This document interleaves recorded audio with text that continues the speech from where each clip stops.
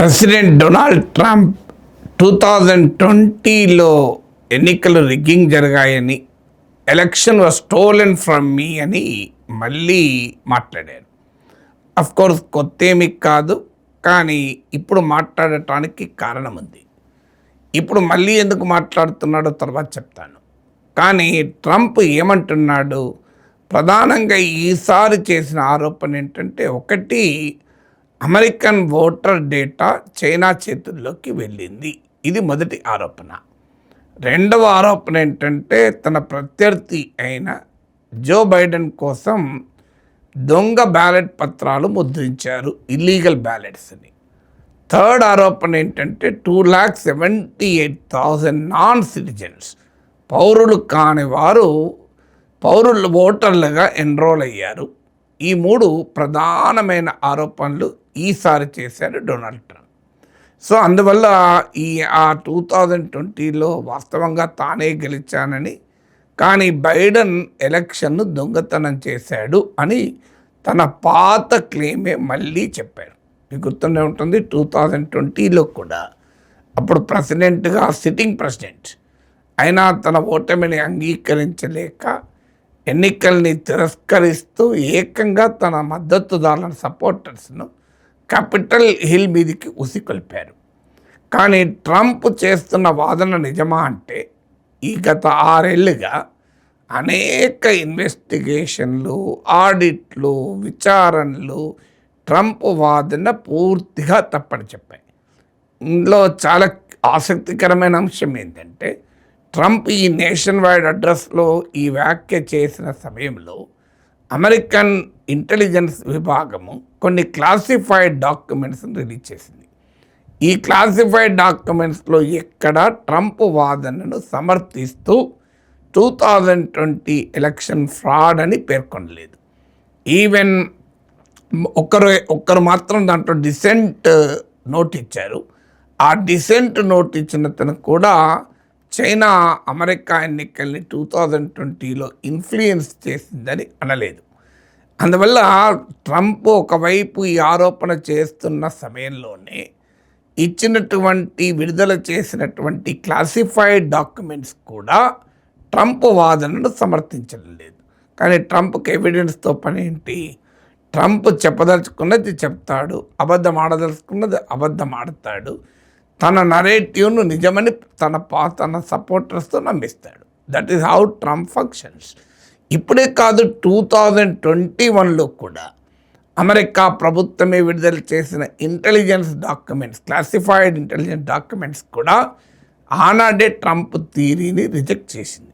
ఆఖరికి department of homeland security, department of justice, America ప్రభుత్వ విభాగాల విచారణలో కూడా 2020 ఎలక్షన్స్లో ఏ ఫ్రాడ్ జరగలేదు అని పేర్కొంది.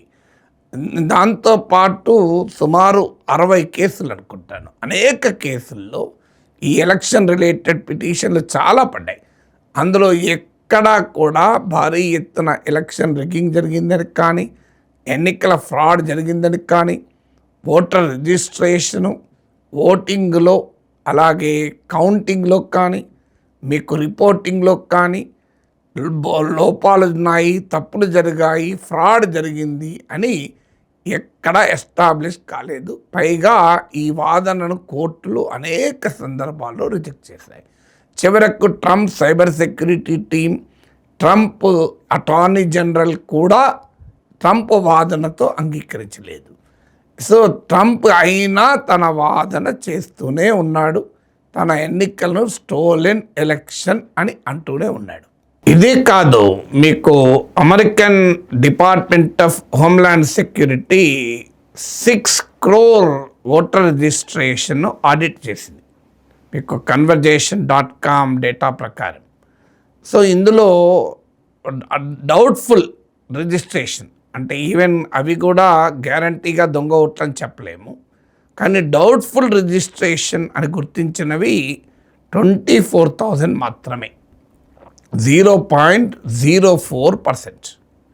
సో 0.04% ఆఫ్ రిజిస్టర్డ్ ఓట్స్ను అమెరికా ప్రభుత్వ హోమ్లాండ్ సెక్యూరిటీ వారే అనుమానాస్పద ఓటర్లుగా గుర్తించారు. అనుమానాస్పద ఓటర్లు అందరూ దొంగ ఓట్లు కావు. ఇప్పుడు మీకు బెంగాల్ అనుభవం ఉంది. బెంగాల్లో కానీ బీహార్లో కానీ పక్కకు పెట్టిన ఓట్లు, ట్రిబ్యునల్స్కి వెళ్ళిన ఓట్లలో ఎడ్యుకేషన్ అంటే నీకు విచారణ జరిపి తర్వాత క్లియర్ చేస్తే 70% రైట్ వాళ్ళు ఓటర్లే అని చెప్పింది. ఓన్లీ 30% క్లెయిమ్స్ని రిజెక్ట్ చేసింది. అంటే అర్థం ఏంటి? ఈ 0.04%లో కూడా ఇంకా చాలా తక్కువ మాత్రమే డౌట్ఫుల్ ఓట్, రియల్ డౌట్ఫుల్ ఉంటాయి. మిగతా అన్నీ కేవలం ఫాల్స్ పాజిటివ్లు మాత్రమే. అయినా కూడా ట్రంప్ ఇదే రకమైన వాదన చాలా కాలంగా చేస్తున్నాడు. మరి ఎందుకు చేస్తున్నాడు? దీని ప్రయోజనం ఏమిటి? అసలు దీని ఫలితం ఏంటి? ఎందుకు చేస్తున్నారంటే అందరికీ తెలుసు. ఇప్పుడు ఎందుకు చేస్తున్నారు? సో ఇదివరకు 2020లో చేశారంటే అప్పుడు ఓడిపోయిన వెంటనే ఈ మాట అన్నాడు. కానీ ఇప్పుడు ఎందుకు చేస్తున్నాడు? ఇప్పుడు 2026లో ఎందుకు చేస్తున్నాడంటే ఈ ఇయర్లో మిడ్ టర్మ్ ఎలక్షన్స్ ఉన్నాయి.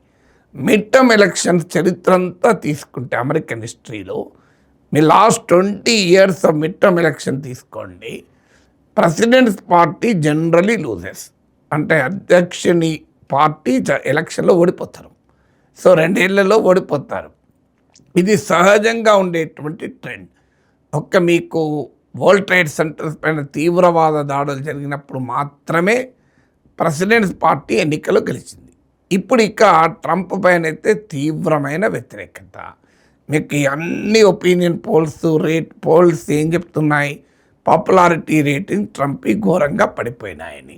యుద్ధాలు ఆపుతానని అధికారంలోకి వచ్చిన ట్రంప్ యుద్ధాలలో అమెరికాను కూరుకుపోయేలా చేశారు. ఇప్పుడు తాజా వెస్ట్ ఏషియా వార్ ఇది most unpopular war. Cost of inflation తగ్గిస్తానన్నాడు ట్రంప్. టారిఫ్ల వల్ల, ట్రంప్ యుద్ధాల వల్ల ఇన్ఫ్లేషన్ పెరిగింది. సో అందువల్ల ట్రంప్ మీకు విధానాలపైన తీవ్రమైన వ్యతిరేకత వస్తుంది. అందువల్ల మిడ్ టర్మ్ ఎలక్షన్స్లో గ్యారంటీగా ఓడిపోతాడని అన్ని సర్వేలు చెప్తున్నాయి. భారీగా ట్రంప్ దెబ్బతింటాడు, ట్రంప్ పార్టీ, రిపబ్లికన్ పార్టీని. సో దెబ్బతింటున్నాడు కనుక ముందుగానే రిజెక్ట్ చేద్దాం అనే ఆలోచన. ఎందుకంటే ప్రెసిడెంట్స్ ప్రెస్ సెక్రటరీని క్వశ్చన్ అడిగారు, మిడ్ టర్మ్ ఎలక్షన్స్ రిజల్ట్స్ను ట్రంప్ యాక్సెప్ట్ చేస్తారా అంటే దానికి ఆన్సర్ కూడా ఇవ్వకుండా దాటవేశారు. అంటే ట్రంప్ ఈజ్ క్లియర్లీ ప్రిపేరింగ్. రేపు మిడ్ టర్మ్ ఎలక్షన్స్లో నెగటివ్ రిజల్ట్స్ వస్తే వాటిని రిజెక్ట్ చేస్తాడు. సో ఇది ఎన్నికలు నేను పట్టించుకోను, ఇదంతా ఫ్రాడ్, విదేశాలు. ఈసారి తానే ప్రెసిడెంట్గా ఉన్నాడు కనుక ఫ్రాడ్ అని అనటానికి కొద్దిగా ఛాలెంజింగ్ ఉండొచ్చు. అఫ్కోర్స్ 2020లో కూడా తాను ప్రెసిడెంట్గా ఉన్నప్పుడు ఎన్నికలు జరిగాయి.